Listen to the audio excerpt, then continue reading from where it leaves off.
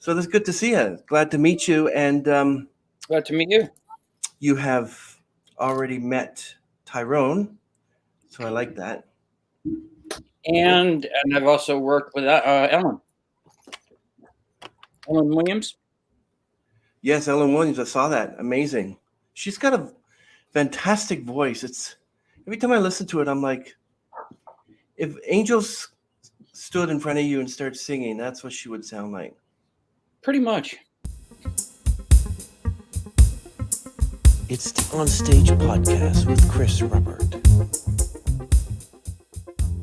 Welcome, everyone, to another podcast. Tomorrow, Saturday, is going to be 30 degrees. That's what summer's here, definitely. And a special guest we have here is a multi-instrumentalist James A. Norkovich.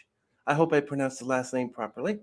And he creates this unique brand of classical crossover music. He's a jazz pianist, composer, diverse musical background in the mainstream with a new music genre referred to as classical crossover by covering modern songs. So let's introduce them now. Hey, James. Hi, James Norkovich. Chris, how you doing? I'm fine. Can I ask you if I pronounced your last name properly? Sure. It's a Norkawich. Norkawich. It has that connotation of most people get the Norkovich, but it's actually Norkawich. It's all the same. It's a Lithuanian last name. So Lithuanian. Wow. Before we start, I want to thank you very much for joining us on the Onstage Podcast. We're so happy that you were able to, and I were able to work out a time and date that you could be on our podcast. And we are so thrilled that you made it and are here. So let's ask you, before we say anything else, can you give us a little bit of background of who you are and how you became this multi-instrumentalist? Sorry. Sure. Well, I began at a very young age, probably around the age of 3, where I was introduced to just music. And my grandfather kind of propelled me forward into the realm of being introduced into music, as well as my parents. My grandfather played by ear, played the organ. So I started, probably at the age of 5, I got training in the organ and the piano. And then for many, many years, it was piano, organ. And then by the time high school came along, I decided, okay, I'm sticking with the piano, and then was in an after-school program in the arts, which was very pivotal for me and helped me work with industry professionals. It helped me work with Grammy Award-winning artists, teachers, and then, of course, went on to college. You're a composer. You know all these instruments. How do you know which one to use first for any project? Well, for primarily, I mean, the piano is the instrument that I use to compose, and it's more or less the grounding instrument. So when I begin to work, whether on a solo project with someone else in the studio, it always has been the keyboards and piano, organ, and then whatever the project calls for. I mean, if you have to fill in and add the extra rhythmic elements or the additional string instruments, those come into play. But the root of my musicianship is the piano. What do you think? You ever heard of Havasi? Yes. What do you think of him? You get inspired by his music and his way of doing things? Oh, definitely. I mean, in terms of articulation and composition, you can't beat it. I mean, and one of my also my influences happens to be a fellow Canadian, oddly enough, David Foster. Yes. And my writing style, my playing style over the years has kind of matriculated into what David has done in his career. I mean, he started out as a backup solo pianist. I mean, I've done the wedding bands, I've done the compositions, I've done the big bands, I've done the symphonies. But then when you're able to do a solo project and you're able to express your creative artistry, it takes on a whole nuance because it's just you and the piano, nothing else. And when you go ahead and perform, it's a nice relationship to have because it's just you and the piano, you know. But then you layer in a vocalist, you added a whole new element, and that's why right now this particular genre, being classical crossover, is just absolutely phenomenal to be in. Is that you can work with artists who are in that same mindset, who understand musically what you're trying to say, and you can understand them musically. And that collaboration, can just explode if you have the right song and the right instrumentation. Let's say some musicians asked you, well, we want to do a cover of Bohemian Rhapsody. How do you plan that out? What I would do is say, I am great at, looking at someone's voice, looking at someone's style. And then when you begin to get in this analytical mode of, okay, for example, how do you sound? What musical influences do you have? And the thing is that you want to reproduce the song as it was written, but you want to make it your own. So how do you do that? Well, it's getting to know the artist, getting to know the limits of their voice, the keys that they can sing in. It's getting to know their style. It's opening up that conversation. It's really an in-depth listening process that you really have to take time to hear over and over and over and over again. Sometimes you'll get it within 20 minutes. Sometimes you may get it in weeks. But I listen as much as humanly possible to an artist, take what they have, and then say, now, I know what Bohemian Rhapsody sounds like. How can we set this apart from any other version that's ever been recorded? And whether we change the dynamics of the song, whether we change the tempo of the song, whether we change, the key, even the rhythm of the song, that's what's going to make it identifiable. That's what's going to make it reach people. And that's what I, as an artist, try to do. Would you consider to be a copyright infringement if you don't contact Queen itself and say, listen, we want to do a cover of Bohemian Rhapsody, and we know that was Freddie Mercury's piece, and we want to change the tempo here. We want to do this, do that. What do you think? Oh, well, you've got to pursue the legal channels. A lot of artists, and especially with the unions and all the organizations that I belong to, you have to find out what the copyrights are, given any country, and what the songs are. Now, Queen, Freddie Mercury wanted his music to be interpreted by any and everyone, and there are so many interpretations of his songs. Like "Who Wants to Live Forever" is a different interpretation. It's a classical crossover interpretation with my instrumentation and Tyrone's voice. Now, Tyrone just happens to nail that Freddie Mercury sound, and that's what I heard in his voice. That's what I discovered when I first heard his the work that he's done, and it was like I just kept saying to myself, "This is someone that I know can do the job. I know this is someone that can do the work that, or what I have projected in my mind." So something like that, I guess you would have to plan it. Like, would you do like a flow chart? Would you consider altos, mezzo-sopranos? Would you consider tenors? What kind of vocal range would you be looking for one of your pieces?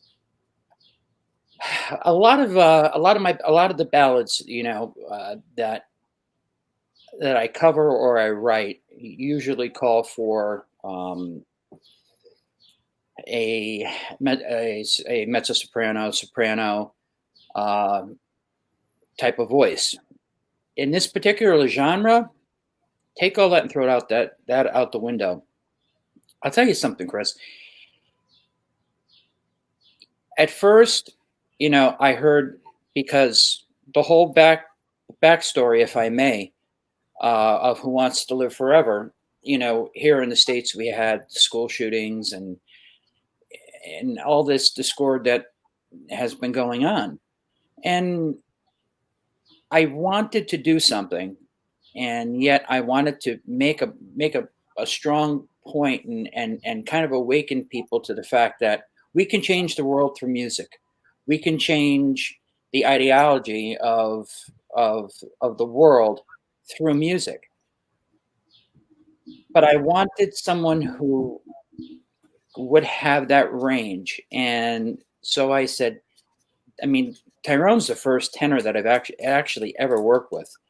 And not only did he nail it on the first try, but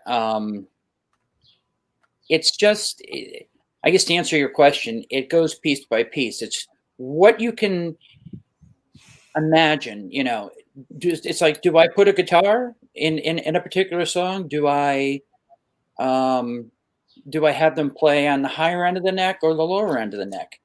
It's all artistic, creative artistic distribution, so to speak. It's what you hear, it's what you feel, and then when you put everything together, and you begin to hear it as a whole, then everything kind of sorts itself out. Yeah, talking about who to choose and whether you have an alto or soprano, I'm thinking it just came back to that memory of Robert Plant's, I think it was 75th birthday celebration, where they had a whole choir, selection of choir, sing a version of Stairway to Heaven. Number one, how long did it take them to do that? Number two, they must have Robert Plant and other members, Led Zeppelin, making sure they got it right. Do you think he just said, you know what, do it, just do it your way, whatever?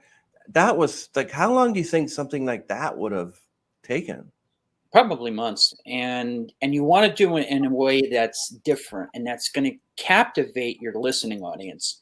Because we all know Stairway to Heaven has been played how many millions of times. Mm-hmm. But what makes it different? What makes that version different from the original? You never can reproduce something that's initially done. I'm trying to think, like Whitney Houston's I Will Always Love You. Mm-hmm. Everyone's trying to reproduce it. And everyone reproduces the exact same version that she did. So my goal as an artist is to create that staple piece for that vocalist, so that when they go out, we work together, they go out and perform, we go out and record, whatever the case may be. We're creating something so identifiable and so rich. It's like you want people to remember what you're doing and why you're doing it. You can do kind of the cookie cutter, out of the box setup of a song, but it gets boring after a while. When you hear something, if it doesn't hit the core of you and it doesn't get you excited, then you're doing something wrong, in my opinion. I like to leave a lasting impression with anything that I do. And if you're humming it and you're listening to it and you go, hey, you know something? I love that particular version, or I love that particular version of a certain artist. Then you have truly set the staple for that particular piece. Yeah, that's very interesting. You should say that. So I want to do like a cover of, you're going to find this funny, of a Britney Spears song, my favorite Britney Spears song, Don't Let Me Be the Last to Know. I want to do it my way. I want to sing it my way as a tenor would sing it, because I'm a tenor. And I want to make sure that it gets to the point where people like it.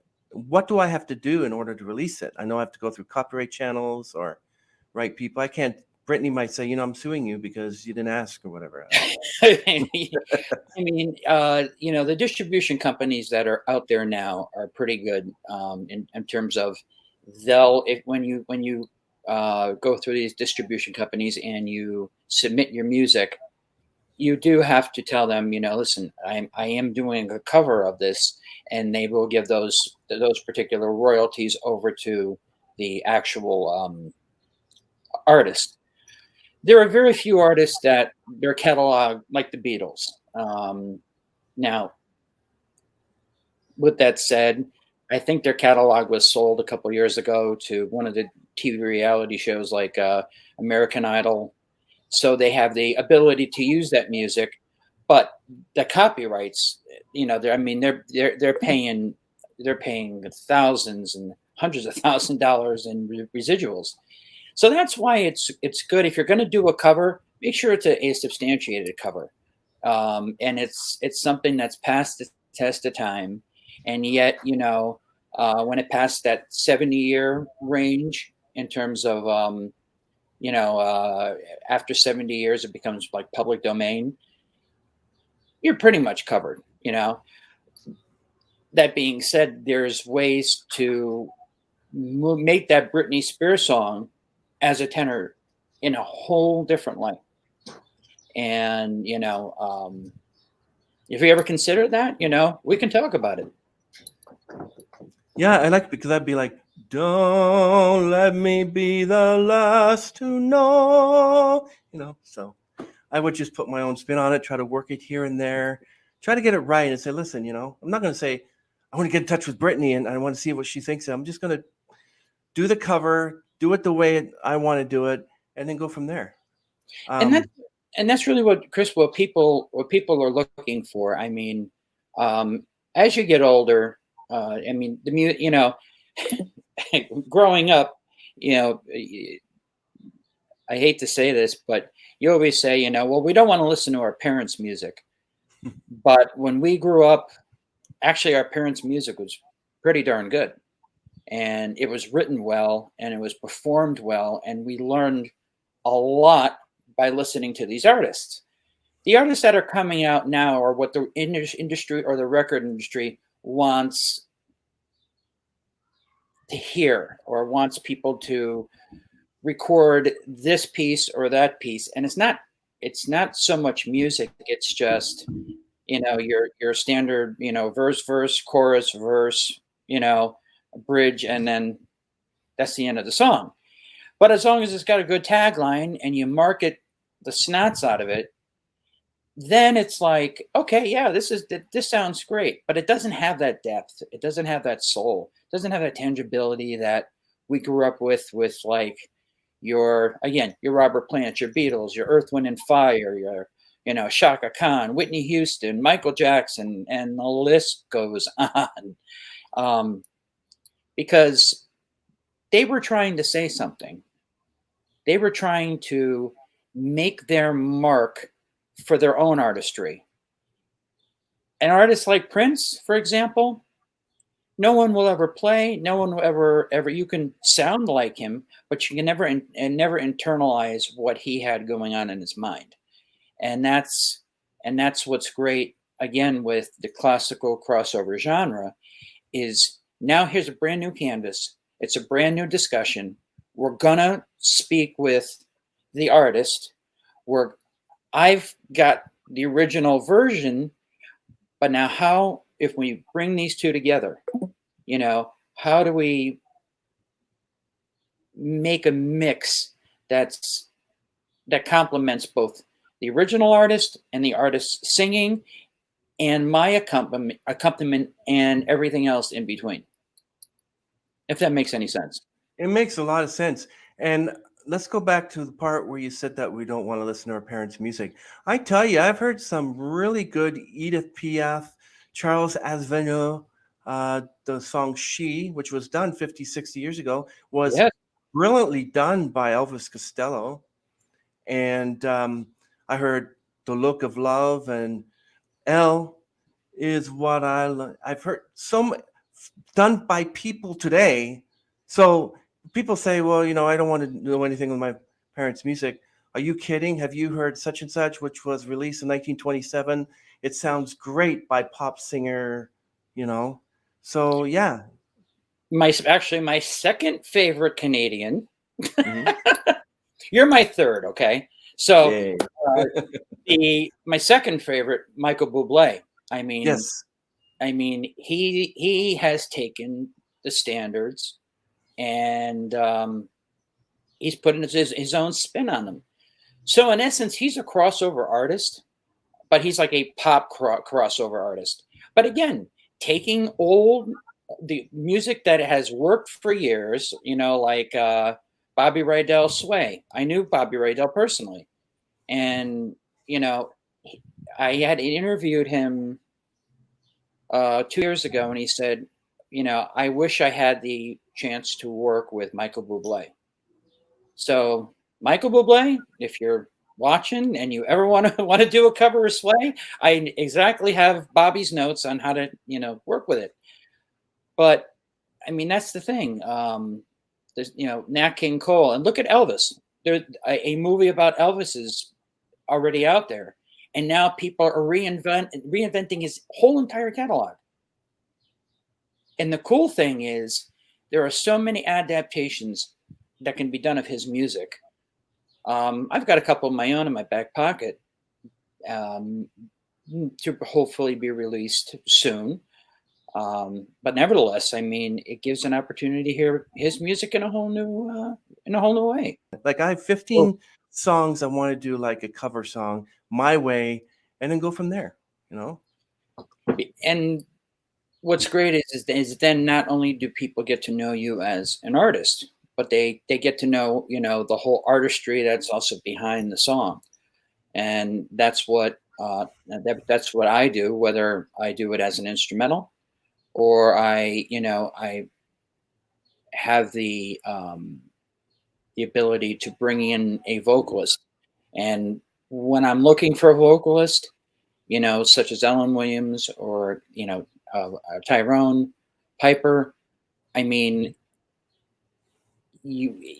once you hear the voice, then the song, the instrumentation, everything just comes to the forefront, and the ideas begin to, wield in your mind, and then you're like, okay, this is what I got to do. I got to put this together here. I got to put that together here, and it's a new interpretation, and that's what we want to do is think of something new with material that has been out there, but it's just a new translation.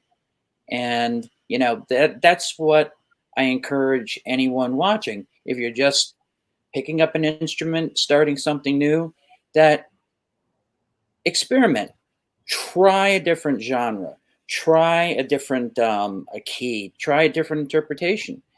You may be actually creating something that that someone else hadn't done before, and that's why I think Queen has stayed so relevant. They haven't changed, but they, of course, Freddie died, and then Adam Lambert came in, and now with Adam's range, you have a whole new spectrum to work with. Yeah, I see a lot talking about spectrum, like musically. That song, like for one thing, Who Wants to Live Forever? Why that song, number 2? Why Tyrone, number 3? Did you connect with Ellen on the song Hallelujah for Ukraine, which is great, by the way? So how did you manage to connect with them? How did you get them to do this? Well, first it was Ellen, and I wanted to do something for Ukraine, and I wanted to raise awareness and show people the beauty of the Ukrainian people, the beauty of the country. And I also wanted to tell the story, because often the news media skews everything that you hear. So it was one of those things. I said, I'm going to put a video together first.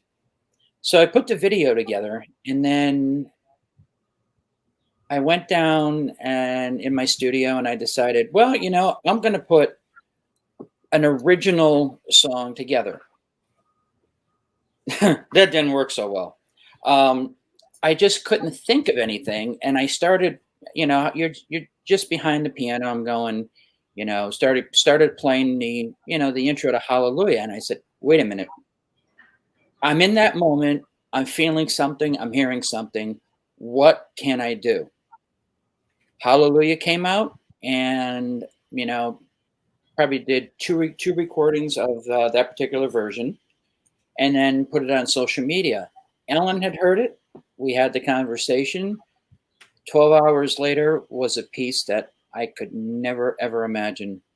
And like I said to you earlier, I said, before we did the interview, I've actually never cried to something that I've done.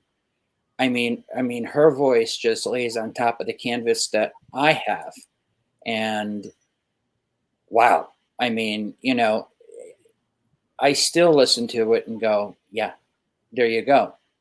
Now, and I hate to say, we've had our tragedies that are going on in this world, and that song, "Who Wants to Live Forever," it just resonated musically, and that was a particular song in Freddie's life where he was questioning his religion, his faith. I mean, he was dying, and he was just questioning, our existence as it is. And that's kind of what inspired me to do that translation of his song. And then I said, well, if I'm going to do this, I need someone who has the sound of Freddie Mercury, has the vocal chops on the lower end of a tenor spectrum, being like Adam Lambert, but I want somebody brand new and fresh who nobody has ever really heard before, and I haven't heard before, that we can work together and create something new in this particular genre. I found Tyrone, and the rest is history. Did you have to listen to his song, "The Ghost of Napoli," in order to make that final decision? I did.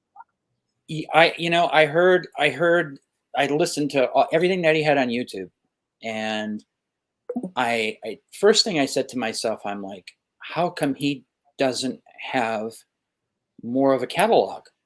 I mean, Ellen has a huge, tremendous catalog, and I'm like, he really has a voice. He really has something to say, and I want to channel it. I want to pull it out and extract it and throw it against this beautiful score that Queen and Freddie Mercury had put together. And oh man, I tell you, that's what David Foster does a lot of. He looks at an artist, he listens to their sound, he develops what's already there, but then wants to get it to the next plateau. And that's what I wanted to do with Tyrone. And I think we're able to do that. And the single's been playing all across Europe, and it's doing very well. Hopefully we can get it, in the States, in Canada, and beyond. Do you know who also put out a cover of "Who Wants to Live Forever"? No. Do you remember that one that Sarah Brightman did? That was a few years ago, though. Yeah. It's a good song. I got to admit that I don't think you can ruin the song, but let me ask you. So Ellen Williams would probably sing the theme song to Gilligan's Island and just start weeping, but she's got a voice. I would love, who I'd love to do duets with? I would love to have do one with Tyrone Piper, Ellen Williams, Lucy Kay, together, and sing with them. Now I'm going to mention one other guy. I actually had him on a podcast last week, Ralph Barnes. He's really good. I checked him out after we had spoke, and I checked him out on YouTube, and now in a perfect world, doing a version of the prayer, not so much Andre Bocelli version, but a version that was a little bit more up tempo, that highlights the sopranos in the backgrounds, but the tenors in front, and that can sing in a conducive harmonic element. I mean, that would be something great to score for. And not to mention, there's probably about 15 to 20 other songs I can imagine them doing, but the prayer would most definitely be one of those. Yeah, I had I actually sing a line with people from around the world, and I did a few versions of the prayer, and I'm always looking for that right soprano to duet with me. One I found I'm going to have on my channel. We're going to do a duet together, and we're going to post it. But it's incredible that the one by Josh Groban with Celine Dion was pretty good. Yeah, I mean that wasn't a bad version. There was also the Andre Bocelli and Catherine McPhee version, which when she gets up into the upper register, it kind of there isn't enough to work with. However, again, when you're singing with Andre Bocelli, that's intimidating alone. I always pictured a Josh Groban with a Sarah Brightman kind of sound would be nice. I mean, there are just so many artists that are in the genre that you're hearing them do songs, even some pop and R&B songs that you never would think that would ever work. And they work. But the thing is, as a pianist, as an instrumentalist, as an arranger, composer, you've got to make it happen. You've got to put it all together in a way that if it sounds good to you, it's probably the finished product is going to sound good to everybody else. But to get to that point, it's a lot of discovery. It's a lot of sweat, blood, tears, the whole 9 yards. Have you ever heard the White Rabbit version that Grace Slick did from Jefferson Airplane with the actual music removed? Yes. A cover song with either Ellen Williams, with Tyrone Piper, Josh Groban, whichever. There's so many tenors and sopranos out there. Lucy Kay, maybe. Anybody, like, if you got a tenor or a soprano and you wanted to say, okay, I'm not going to use like the Gilligan's Island theme. Well, let's just say we want to test to see who's right for this song. We're going to do the Brady Bunch theme. Ellen, you're going to do the part where about the three girls, and Tyrone, you're going to be doing or whoever it is, tenor, you're going to be doing the one of three boys of his own. I want to see if that chorus where you're both, singing together. If what I'm trying to get at, if you have actually a couple of people that you want to do a cover song and they don't work, what do you do? Like, let's say, I want this one with Tyrone to work and Ellen Williams to work, but it's not working. How do you deal with that? How do you make it so you're going to go up to Ellen, you're not right for this, or you're going to say, Tyrone, I don't think it's going to work. How would you deal with the fact that these two don't work together? How would you make it nice that? I don't think I'd ever have that problem, but that's again, having that discussion, listening to the original score, looking at the original piece and saying, okay, here's what Ellen's voice can do. Here's where Tyrone is, and here's what Tyrone can do with his voice. Now, how do we build this musical collaboration together with both voices so they don't bump into each other, yet they follow the roadmap of where we want to go musically? I mean, it's just really setting direction musically, articulating what needs, what embellishments can be done on this side, what embellishments can be done on that side, and then going with those directorial cues to produce something, musically. With those two artists, I would probably want to come off a little bit, and because their voices are so strong, let them have that musical conversation and my instrumentation complement them. And again, it's really about communication. It's really about knowing the limits of the artist that you're working with. And if you know who you're working with, and you know what their body of work is, and what they're capable of and what they're not capable of, you have a better understanding where you should project your energy to, and then rather than say, okay, well, I'm going to spend 20 hours on putting a score together. You may not need to be that in depth.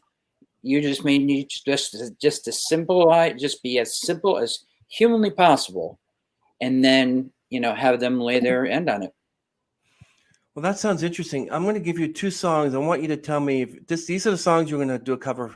Tell me who you would get to do this cover. The first song is When You Walk Through the Storm. Who would you get to collaborate on that? Yeah, and in the classical genre, or just in general? Classical crossover genre. Classical crossover genre. Something like that would be, you would need soprano, but a 3 or 4 piece soprano, something like the Irish, was the Celtic women, or the Irish tenors. Wow. Like John McDermott? Yeah, totally. Wow. Totally. Because that song, it just has, it's very robust. So you're either going to take it high with power, or you're going to take it, on the low end with power, because when you get to the chorus, that's the heart and meat of the song. So you're going to want to have somebody who's going to be able to vocally have the endurance to go ahead and tell this story. That's interesting. I was thinking, whenever I think of a song, I think, well, Ralph Barnes could probably do the start When You Walk, and then Tyrone could do the, part of it. But I guess it would be like, anybody, if you try to sing that song, anybody's right for it. The second song I would think is the one by Russell Watson, where it goes, I'll walk with God from this day on. Who would you get to sing that one? I could see Lucy Kay doing that. Nice. You're right. Wow, we think alike. I can see Lucy doing that. I mean, she's got the flexibility. She's got a softness. That's not the word I was looking for. She's got a she knows how to take the edge off of.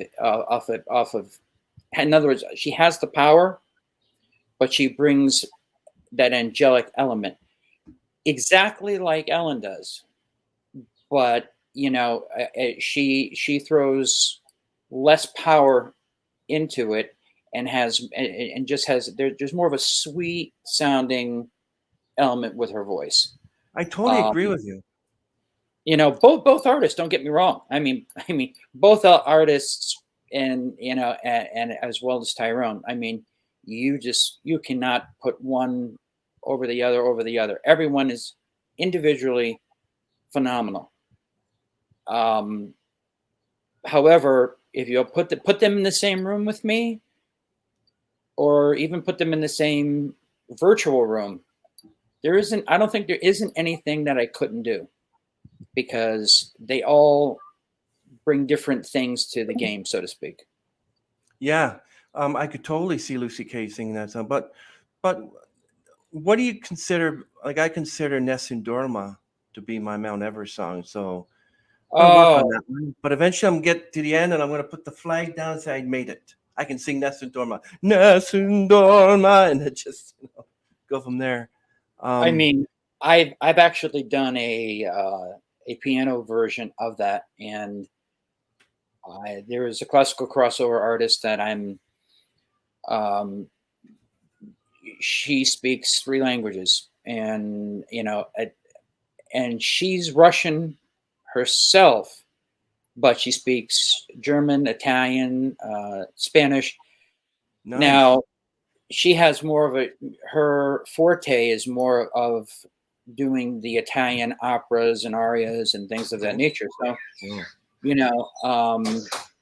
it's like, I want to make sure that the instrumentation that I have to do that song is spot on perfect. So we'll see. That's something I've got in my back pocket, and we'll see, what happens. Oh, that's good. But I would definitely do the prayer with Lucy Kay, and maybe like with a voice like Ellen, I'd be like, okay, Ellen, we're doing the prayer, but I don't even want to sing now, because after hearing your voice, I'm like, why don't you just sing the whole song? I'm walking off now. You can't, she's incredible. Sorry, Hannah, you're not allowed up here. Yeah, I'm looking at these songs of yours, and you got the Old Rugged Cross. I'm a Christian as well. You're the Cream in My Coffee. Never heard of that one. After All, I'll Never Know. Oh, another group is Daryl Hall and John Oates. They have a good song I want to do a cover version of. It's called One on One, I Wanna Be. Yeah, I like that one. So I have all these songs. I intend to do my own covers. But I want to go back to that. I read somewhere that you were from the study piano from the Verrilli Music Studio and specialized in organ. You were accepted, but did all you eventually, how did you manage to, how do you pass that course? You all get together and play the organ, and the one whose key is off is the one that fails, or what? How does that work? When you're a kid, the thing is like, music was and is my passion. In the early years and formidable years, you got to find the right teachers. And there were times, I admit, I even had an organ teacher come to my home, and I would run upstairs and hide, because I didn't, I wasn't prepared. So I was like, okay, see you later. As you get older, more mature, and you begin to understand what it's all about. On that particular level, they would have annual recitals and perform, and you could see who had talent and who was there just because their parents kind of stuck them into a program, and that was the end of that. Or to pick up girls. Yeah, totally. It's just like sports. However, when I was in this program, it was called Regional Center for the Arts, and working with teachers such as Brian Torf, who played with Frank Sinatra, Marion McPartland, George Shearing. Wow. At 16 years old, at 16 years old, I'm playing with their bass player, and mind you, I didn't even realize, who I was really working with. And they gave me that formidable education in those tender years that you really need to move forward. And then, of course, I got a 4-year scholarship for my undergrad, and then my postgrad, I got a scholarship as well. And then the opportunities from then outward, studio work, bands, did get to play with some notable bands and artists, and then be exposed to that. Spyro Gyra. Wow, that's quite an accomplishment. Spyro Gyra. Man. I mean, just coming out of college, and Dave Samuels, who passed away many years ago. I mean, one of the most finest jazz vibraphonists and percussionists you'll ever be able to work with and study under. He also was a great, instrumentalist on how to put things together, how Spyro comes and puts their song in the instrumentation, and why they do this and why they do that. And to expunge that information from them, and make mental notes, and then say, okay, well, this is what I'm going to do when I put that type of group together, or I put this piece together. And, one thing, he's a good friend and again, teacher, Brian Torf. This will always resonate with me, and hope to your viewers and just to anyone who's picking up their instrument. For any reason, if you ever stop, if you just keep on listening, if you go 2-3 years, you don't pick up your instrument, you're like, something, I tried this, forget it. It doesn't work. I hate what I'm doing. I'm just gonna work. I'm gonna go into the military, whatever the case may be. But seriously, the factor is, if you keep listening and challenging your mind to listen and to adapt to different styles, different voices, different instrumentation.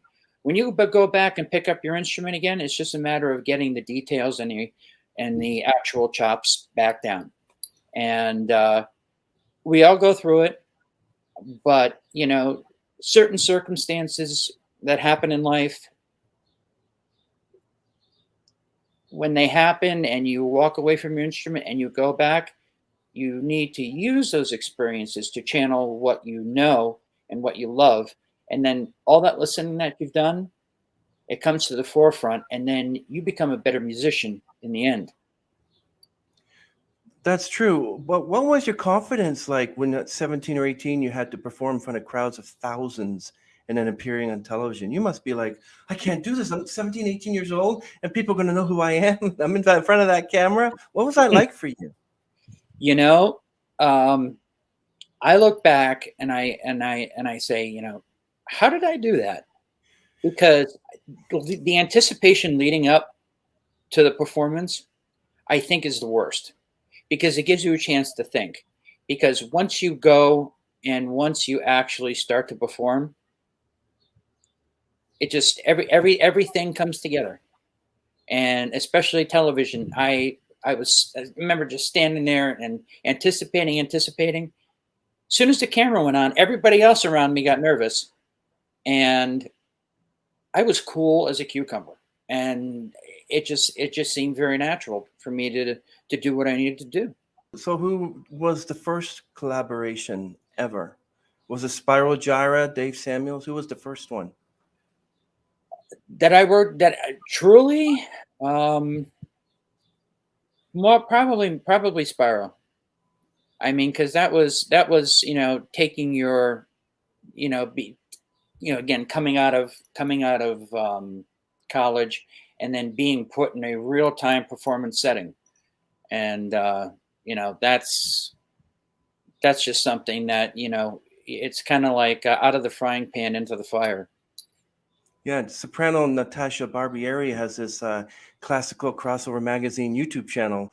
And I always, some time ago, I was thinking, what is a classical crossover artist? And I realized what they are, and I think it's pretty interesting. And then over time, I saw these and heard all these covers, and some of them, not going to mention who they are, but some of them didn't work. But tell us about the 2 Latin Christian albums you made. Yeah, that was an exciting project in which I had the opportunity to work with artists who actually didn't speak English. Most of which some of these artists that were on the album did not even they played by ear. They weren't formally trained, and it was an opportunity to translate what they were thinking, what they were feeling, and put it in a genre which I had very limited experience with. However, it was exciting because they told me their story as best as they could in English, and my job was to translate it in Spanish, and my job was to translate it in English, and put it out there and write what they were essentially feeling, and and then send that out to the masses.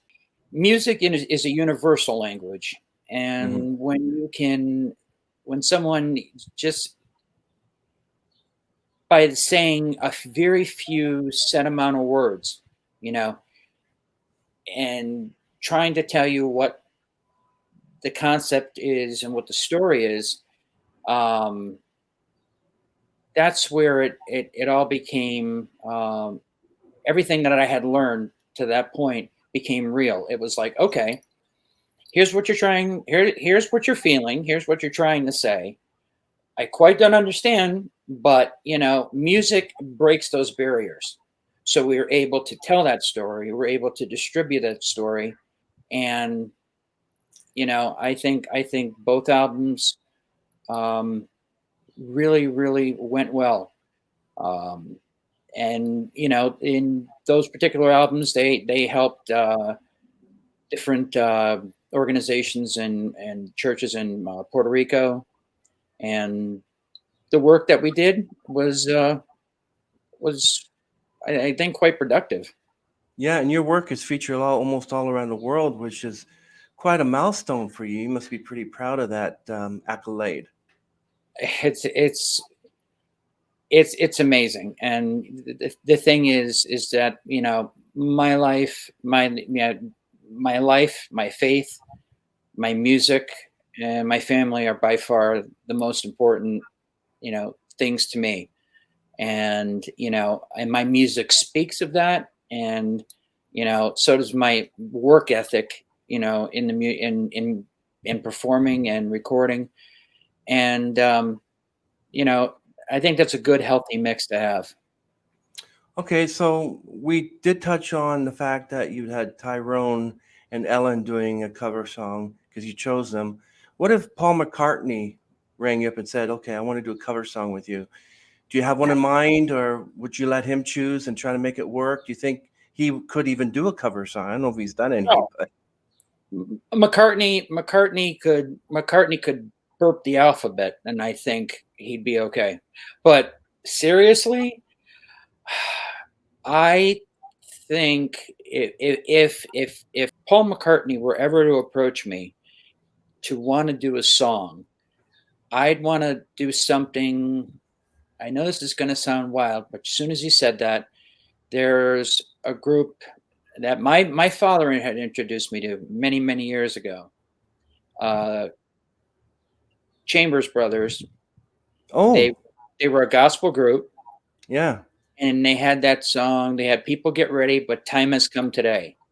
Now, if you remember the Beatles doing "Live and Let Die," imagine a Beatles interpretation of "Time Has Come Today." oh wow, yes. I think that's kind of wild. I think you're right. You could almost, well, you could almost think if Josh Groban contacted me and said, "I want to do a cover with you, choose," I'd be saying, "Yeah, there's a Doug and the Suggs song called Day by Day." And I'd get him to learn it. And it said, "Well, let me hear it." And I go, If I wouldn't dare, knowing how he's a classically trained tenor. He's excellent. He's got a great vocal range, quite an extensive range. And I said, let's do another one. Do you think his attitude would be, "Excuse me? Yeah, I don't think you're right for it." "Excuse me, but I came to you. You didn't come to me, and I want to do the song." I'd be going, "Hello, James."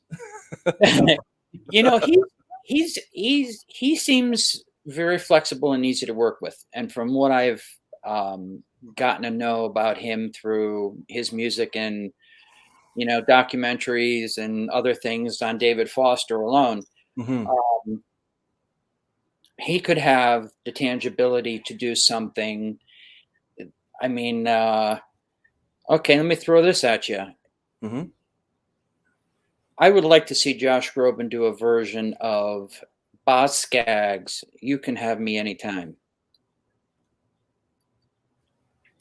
I don't know, but I can see him doing Sierra. Okay, Sierra, he could, yeah. I mean, his high upper end register.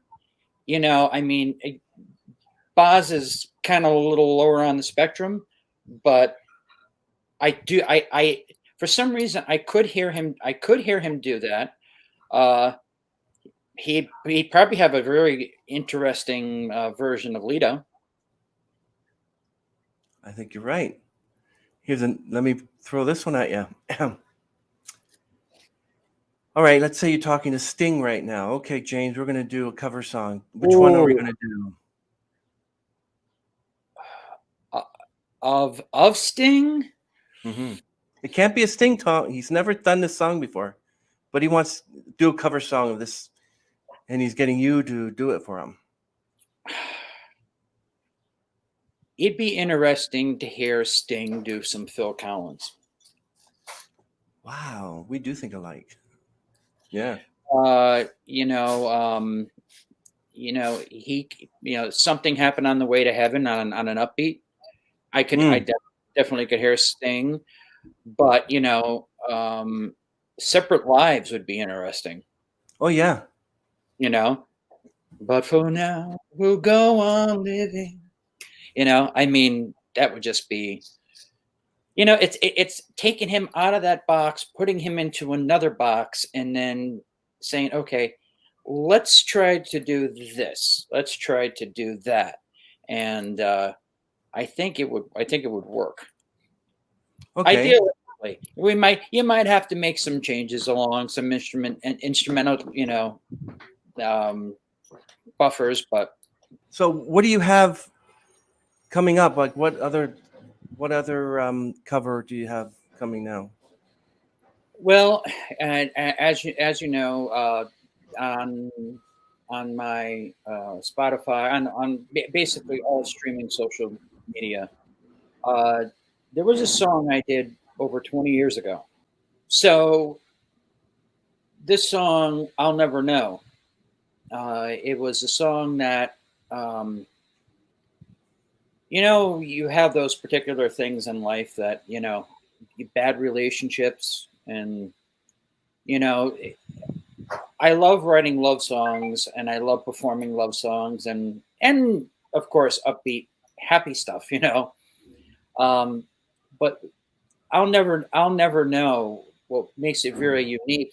That was a period of time, because I also have a background in radio, and worked New York and Connecticut and Pennsylvania radio here in the States. So, and I also streamed online for many years. So that's one of all the facets of everything that I do. So long story short, this particular single, it has more relevance now than I think it did when I initially wrote it. So I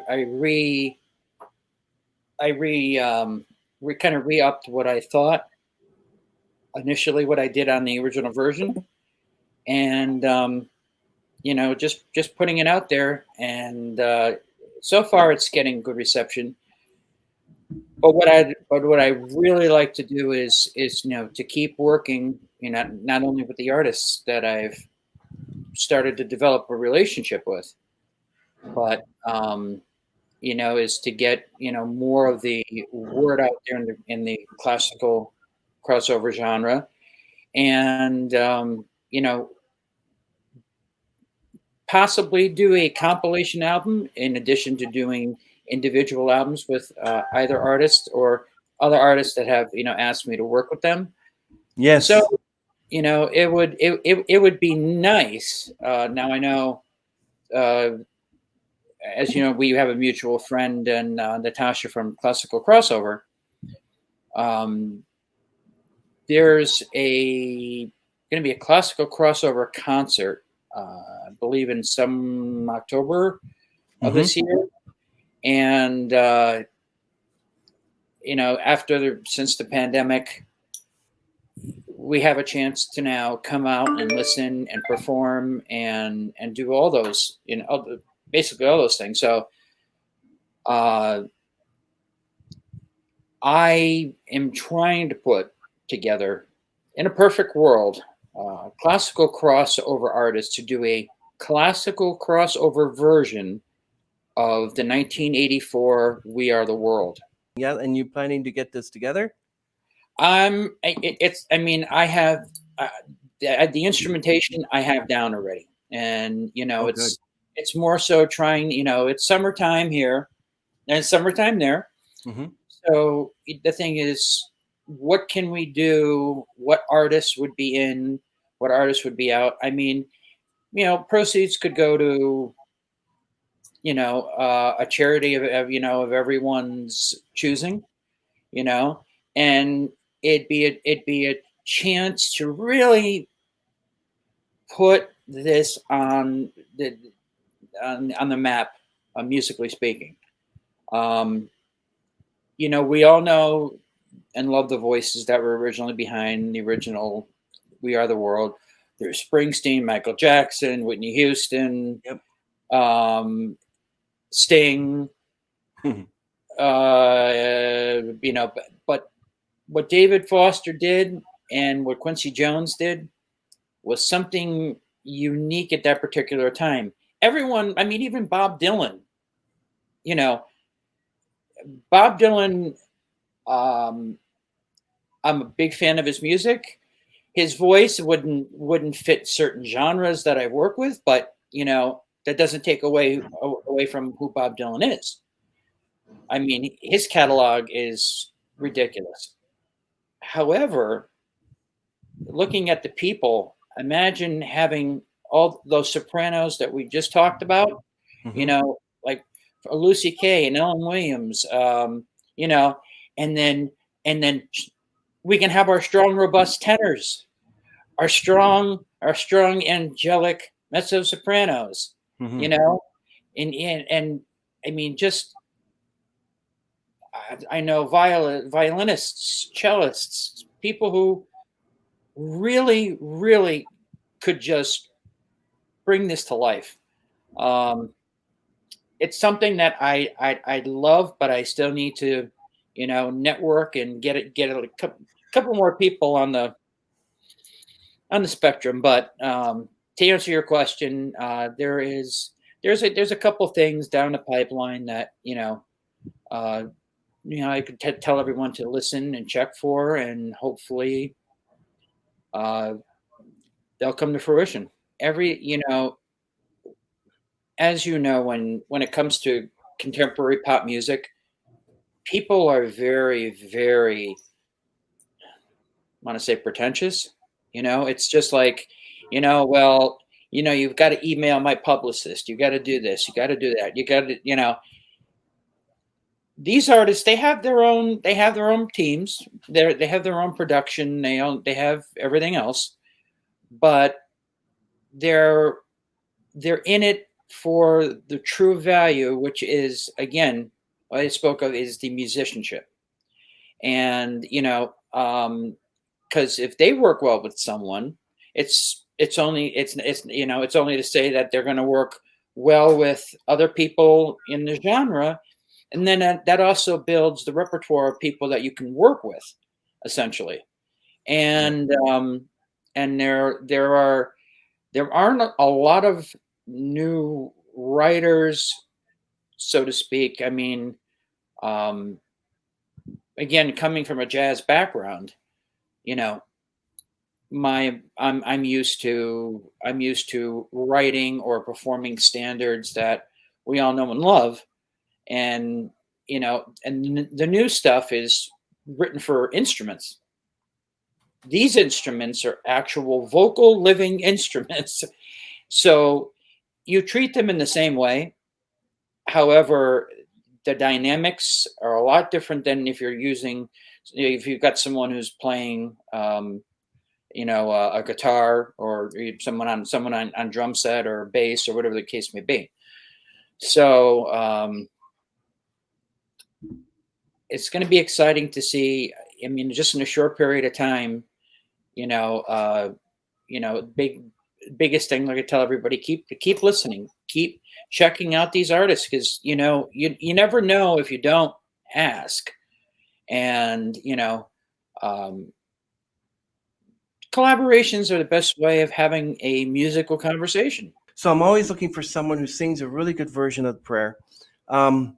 Yes, and what was I going to say? Yes, there's. Let me ask you if you can figure out who sings this one. She takes the back road and the lane past the school that has not changed in all this time. And then the chorus goes, take care, my love, she said. You have been loved. The original or the cover? That's not a cover. That's an original. I want to know. make a cover of that one. That's what. Really? Yeah. You're gonna be shocked when I tell you who it is. Who? Mr. George Michael himself. You're kidding me. Lucy would be. You're talking George Michael? Oh, George Michael happens to be one of my all-time favorites. Kissing a Fool. Yes. But originally in the original version, you had the bass, so it was more of a drum, a jazz composition, with stand-up bass and drums and what have you. Simply do with piano and strings, and very, very light percussion. Because again, her voice would capture the softness that George Michael had on that particular track. Huh. Then there was that album he had, songs from the last century, and what was that song? It's You've Changed. I know different corner is my favorite song. That's another good one. And I did Faith a couple of times. Pretty good. Yeah. Jesus to a Child. That one I love Jesus to a Child. That's a great song. Yeah. Oh, that, I mean, too bad he passed. That's one of the celebrity deaths that you go, was it drugs? Was it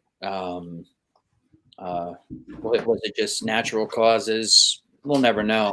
No, but we were sideswiped by David Bowie's death, finding it was liver cancer. I'm like, okay, he didn't tell anybody, suddenly died, and it's like, okay, that's the worst, when a celebrity dies, but you don't know what they die of, and then you find out, why didn't they just tell us 6 months ago, whatever, that they had cancer or whatever, and then we can, but suddenly say, oh, David Bowie passed away, he had liver cancer. I'm like, what? He never told us. Well, that's like with Freddie Mercury. I mean, nobody knew.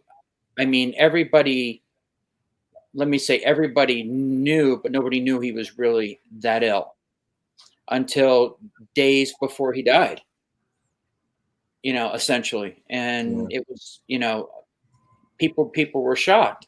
I remember I was in my backyard and I got the news that Prince passed. And, that's kind of the sad part of people who are really talented and get that super notoriety and that super fame, because there's not something for them to fall back on. I mean, there are the negative things to fall back on. The ones that have the staying power, who have gone through things, like McCartney. I'm sure Paul McCartney has gone through many things. I'm sure,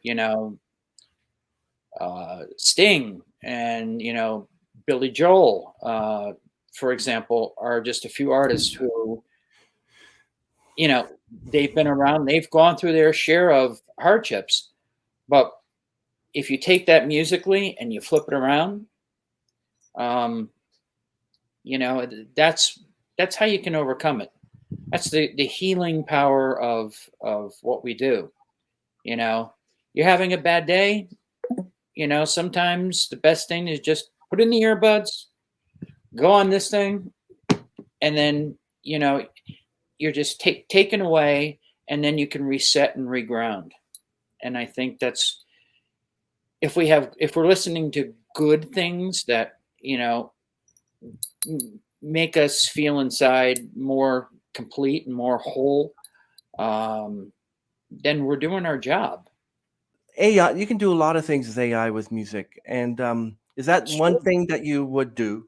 Use AI just to get your song to work? Oh, sure. If, I've actually thought about getting into the realm of AI with even Sinatra, even of course, Elvis and George Michael. I mean, those are some voices that are, and music that is just so distinct and just so.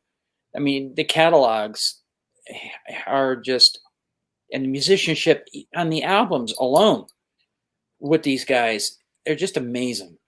And the possibilities are endless, but it's got to be done in a way that's respective to the original artist, as well as who you're going to bring someone in with.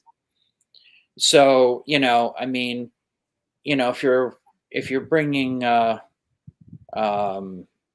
Pee Wee Herman in with, George Michael, probably not the best combination in the world.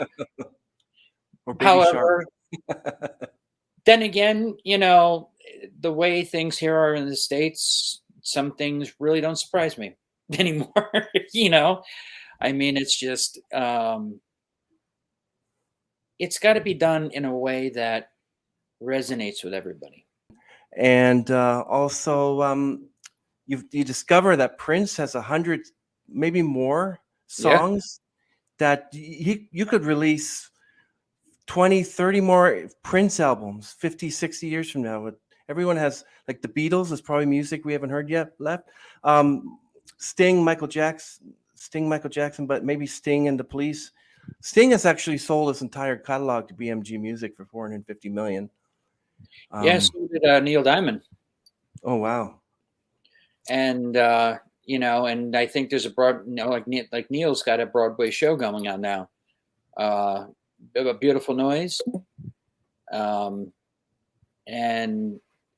it's, it's kind of funny here in 2022, where I think for the first time, maybe it's because of the pandemic, we're actually, for the first time, the younger generation, like 35 and under, since they had to be being trapped in the houses with their parents, their grandparents, they started discovering a lot of stuff that they never discovered before or never knew before.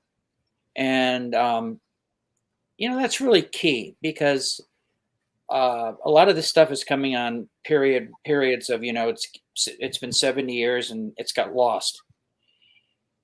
If we can rejuvenate it and we can broadcast it to a wider audience, make it viral. And, I think Lady Gaga is probably one of the best interpreters of, what she's doing for jazz. I mean, she her own pop career, everybody kind of questioned, like, well, what is she doing? What does she stand for? So on and so forth. And when she took off all the costume, all the pageantry, everything else, all of a sudden she's performing with Tony Bennett. And she has an amazing voice. And that's the thing.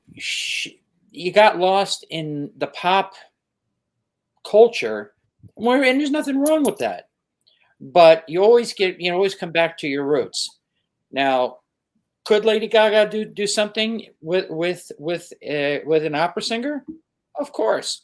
Well, she's a soprano, Yeah, I mean, Lady Gaga, if you want to do something, let's do it. I mean, that would be because, you understand where they're coming from. We're all alike, even though we're all different. I think being a musician, you're more open to thinking. You're more open to discovery, and you're just more receptive to understanding emotion, as opposed to the general populace of people. That's my opinion. I mean, there's a huge line between politicians and musicians. I think musicians are better, but that's my own feeling. Yeah. I was thinking we also had well, she's a soprano, but she's Canadian's version of Britney Spears. Her name's Jenna Nation, and she's in one of the episodes. But she's also soprano. So she, like you're gonna go up to Britney Spears and say you're a soprano. She said, "No, I'm not a soprano," but she has a beautiful voice. Same with Taylor Swift. She can go up, she can go down. She's got a good vocal range. Christina Aguilera, Gwen Stefani. James, you were just talking about doing "We Are the World" by choosing sopranos and tenors. I got one for you.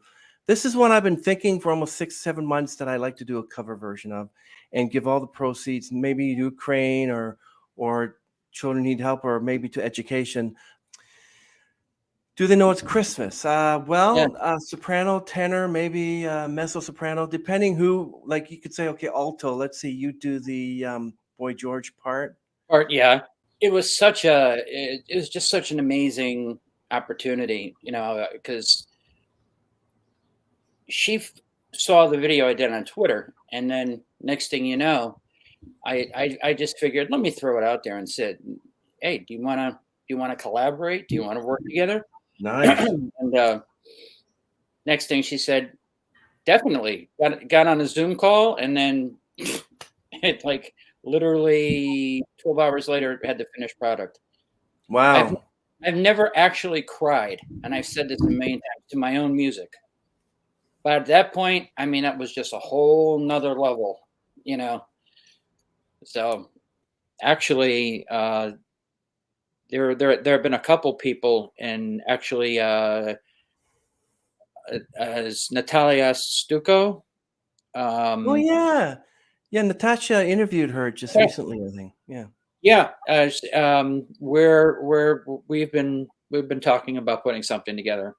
Oh, nice. And she's working in an Italian kind of like opera, like a Phantom of the Opera, but more of an Italian version, with basically classic arias and Italian compositions that everyone knows in the opera world. So, but that's one of the voices. I mean, she's got a real structured vocal range, and I actually sent her Christina Aguilera's Reflection. Wow. I think it would be very, very interesting to hear her do that, because she's got, I mean, when the young Christina had chops, just like Mariah Carey, Which one, which one, the Mickey Mouse Club Christina, or? Yeah, the. Do you Britney remember was in that group too. Do you remember the movie Burlesque? Yeah. But with Natalia. Yes, Natalia, I believe. We're having a creative discussion on, a couple songs, and it was a pleasure to speak with her, and again, getting to know people in this particular genre. You're able to speak things musically. I actually, Etta James came to mind when I. Oh, nice.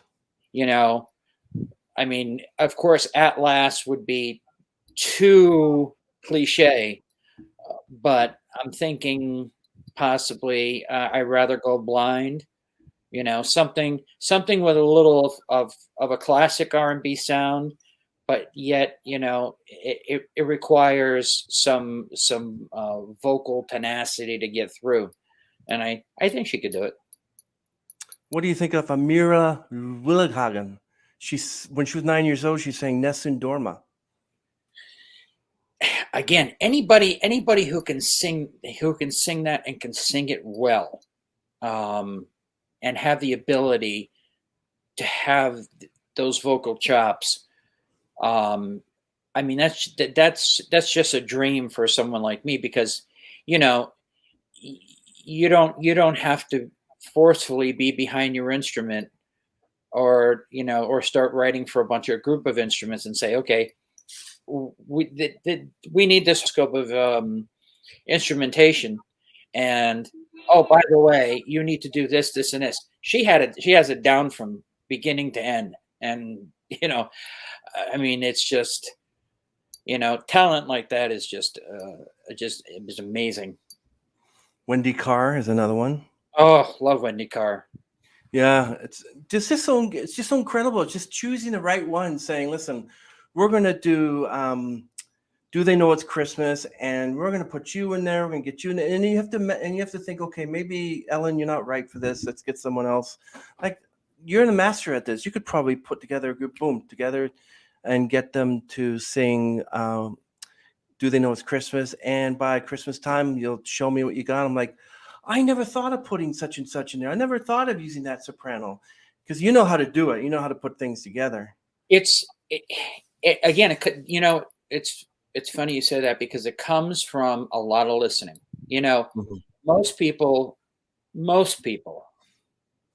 and I shouldn't generalize it, but most people, I still listen to vinyl, and I think listening to vinyl, you really get the full gamut of everything that you want to hear, from vocals down to the kick drum. However, when it comes to instrumentation, you can just listen, but when you really listen, now people say, how do you really listen? Get comfortable, and get out of the song and into the vocal chops of the vocalist, the solos of the guitarist. Those are the things that, maybe because we're musicians and artists and storytellers, essentially, we're more aware of. But, again, the listener has to be really receptive when they listen to any of these styles of music, to kind of close your eyes. Just don't put it on as background music. It's not what we do is not background music. When you sit and set time for yourself to just, it's like when you watch, a reality TV series, on streaming online, right? You want to do the same thing with music, devote your complete attention and focus to that particular piece of music, that group, that artist, and they'll take you places that you really never ever went before. That's true. Okay. Do you agree that it is important to learn, study, and understand old music and music history? Yes. Completely. I mean, in order to know where we're going, you have to know where we've been. Did your style evolve since the beginning of your career? Oh, extremely. I mean, knowing the standards of any genre are key, and they sometimes, like an old sweater, like an old shirt, they serve the purpose and then they pass the time. I guess to say that, the things that I played very early on and worked with early on, they had their time, but then, what you extract from that particular song or that particular artist or whatever it may be, or that particular experience, helps you further in your career. And hopefully in most cases you come back to it as a stronger and more fruitful musician. Okay. If you could have a musician tag along with you on tour for 1 month, who would you choose? David Foster. I haven't gotten there yet, but that's one person that I would truly, from his own personal style of playing to what he's done in terms of writing and composing and arranging, and just how he handles musicians and musicianship, I would I would learn more than you could ever learn in any school of music, in any with any group, just by someone who has been there, done that, and continues to do it to this day. I did talk about how you're a jazz artist as well. I actually heard of a really good jazz version of Linkin Park's "Breaking the Habit." Really good, a lot better than the actual. I heard something. Yeah, it's just like somebody did a Green Day cover of "Wake Me Up When September Ends." Yeah, I was thinking so. You know, and it's really funky, and again, I have to say, a lot of Canadian musicians, and Australian musicians are taking stuff out of the box, and they're redoing things, and it's really, really cool. First one is, tell me about your best performance. Oh, best performance. The best performance was getting called to a impromptu concert that basically someone had said, but listen, we need a few musicians to fill in and conjoin with this group. Didn't know who the group was till I got there, and ended up playing with Chicago. Nice. Was that pre Peter Cetera or after? Oh, sorry. That was after Cetera. After Cetera, okay. But again, like like the 6 degrees of Kevin Bacon. Yeah. One of my college professors, and he was also in that after school program when I was in high school. A gentleman by the name of Joe Monona. He's not only a good friend, but a phenomenal musician, and was in the Bacon Brothers band for years.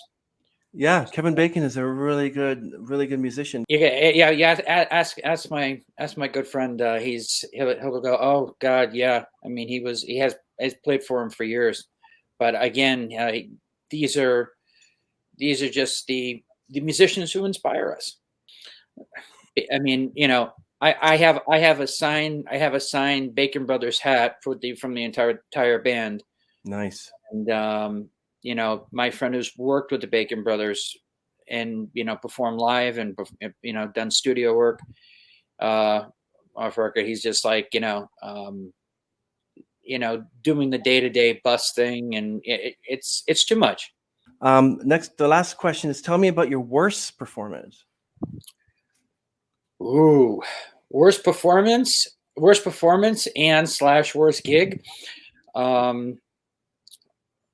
Worst performance has to be I was with a wedding band, and everything that could possibly go wrong, kind of went wrong. Instrumentalists just failed to show up, and you had to play 100 different roles in one shot, and it was when something like that happens and it compromises you, and you really don't have that really hadn't happened to me at that particular point.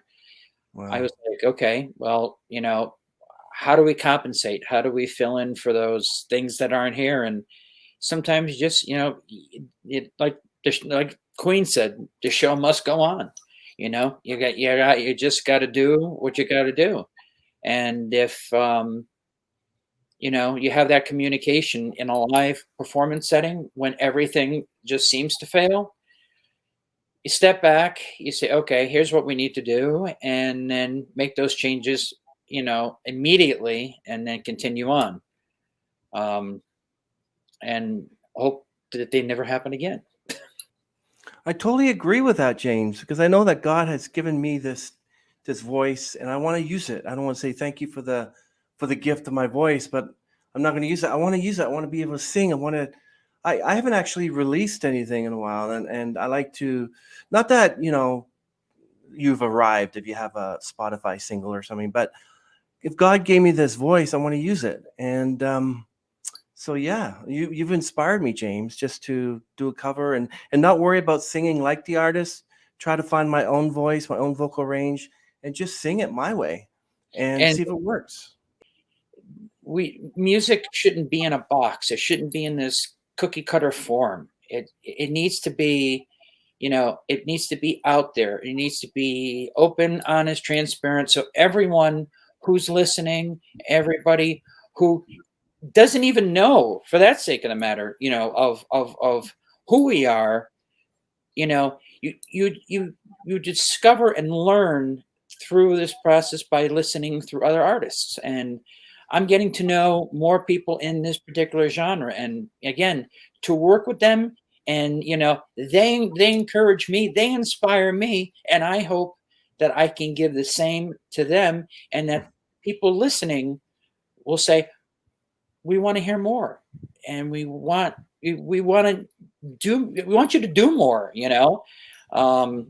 and I'm prepared and I'm ready, and this is really exciting, that finally this particular genre, along with jazz, has come in my life, and I'm able to express myself more than I've ever been able to through it. I love working with people that are in the field the same way as I do, Yeah. and again, to say this for the 100,000th time, if you've got to work with someone and it's a chore, and you've got to jump through hurdles and this and that and politics, and I mean, it's just as simple as collaborating, distributing, and getting everything out there. We can all do a lot together. So everyone, let's wave, say goodbye.